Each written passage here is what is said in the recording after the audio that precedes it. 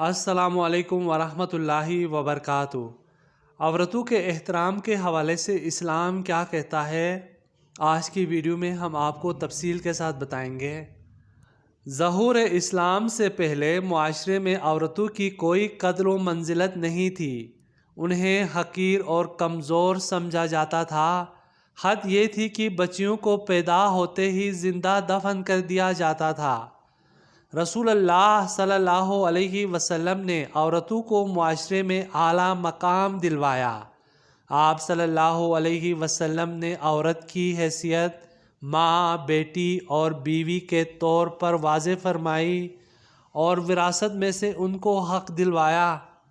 رسول اللہ صلی اللہ علیہ وسلم نے اپنی ازواج مطہرات کے ساتھ محبت کا سلوک روا رکھا، ان کے حقوق ہمیشہ ادا کیے۔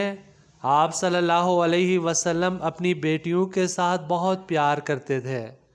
آپ صلی اللہ علیہ وسلم اپنی بیٹی حضرت فاطمہ رضی اللہ تعالی عنہا سے بہت پیار کرتے تھے، ان کے آنے پر اپنی چادر بچھا دیتے اور ان کو اس پر بٹھاتے۔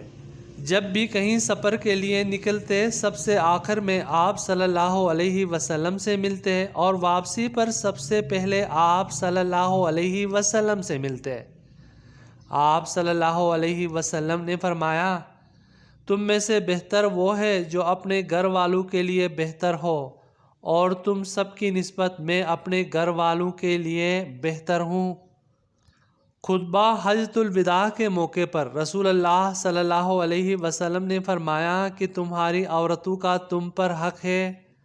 رسول اللہ صلی اللہ علیہ وسلم نے ہمیشہ عورتوں کے حقوق ادا کرنے کی تلقین فرمائی۔ بھائیوں بہنوں، ہمیں چاہے کہ ہم اپنی زندگی کو بھی اپنے پیارے رسول محمد مصطفیٰ صلی اللہ علیہ وسلم کی طریقے کے مطابق گزاریں، ہر کام کو سیرت نبوی کے طریقوں پر عمل کرتے ہوئے کریں، تو اور امید کرتے ہیں کہ پروردگار ہمیں اس کی توفیق عطا کرے۔ آمین یا رب العالمین۔